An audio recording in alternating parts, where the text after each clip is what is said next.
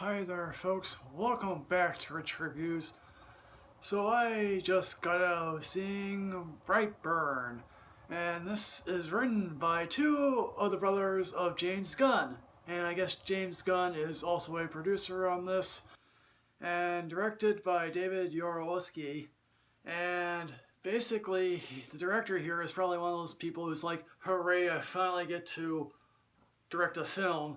He might not ever get another chance again after this, who knows. And it's funny, this thing is from Screen Gems, which time and time again has produced crap material. I could do a whole video, folks, on how I just don't really care about Screen Gems. Not that I'm saying it's all really terrible. This film, I can say, boasts the most impressive idea of the year. Yeah, it doesn't do anything really with that idea. But basically, this film has the idea of what would happen if Superman, instead of fighting for truth, justice, the American way, delved into his darker impulses and instead of what I just said about the American way, wanted to basically dominate and impose cruelty on the world. Without the Krypton scenes from Superman, where basically we crash land onto planet Earth here, in the home of a farmer and his wife.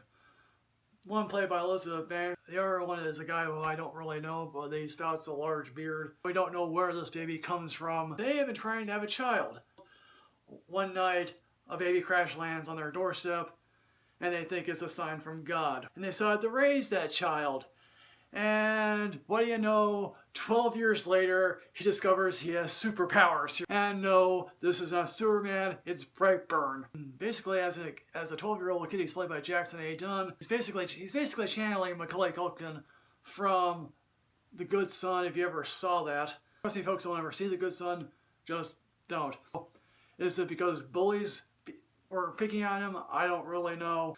And then he has a childhood crush, I guess so, because he's a teenager, more or less, in this film. He begins to stalk her. That leads her mother to go ape on the Elizabeth Banks character. Again, Elizabeth Banks and this one other dude who I basically don't remember, basically are oblivious to the fact that, oh yeah, he's getting superpowers. They don't know what to do. They just want him to get help because that's what happens to drive the plot forward. They have to be oblivious, otherwise the plot couldn't go forward. One policeman here is trying to figure all this out and comes to realize possibly that it is this kid. So eventually one of the parents comes to realize, oh yes, the kid might need to be put down.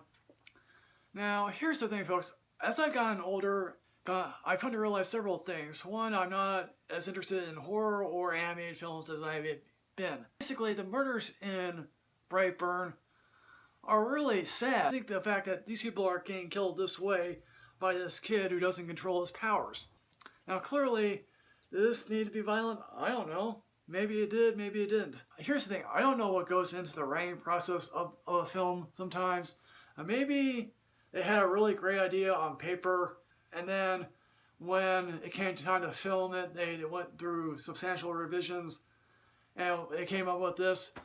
Now, if I didn't see the trailer for this film, and went in cold, not knowing anything about this film, maybe I would have liked it more. Again, it must be nice to be the younger brothers of James Gunn, because I can't help feeling that if this script wasn't written by the two younger brothers of James Gunn, would this film be made?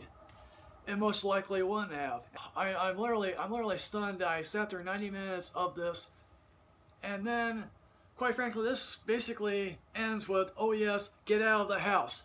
The Elizabeth Banks character does not want to get out of the house. Eventually does get out of the house, and she eventually comes to realize, oh yes, there is a possibility of a way to kill her son. Now that's a very heartbreaking idea. This movie ends on such a nihilistic note that I just was left thinking, okay, do we want to franchise this thing?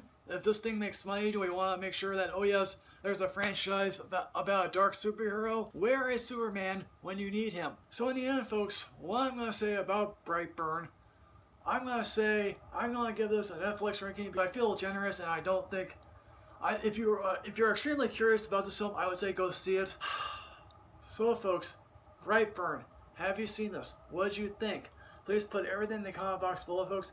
As always, folks, like, comment, subscribe, immerse yourself with knowledge. I'll see you next time, folks. Yes, hooray, thank you.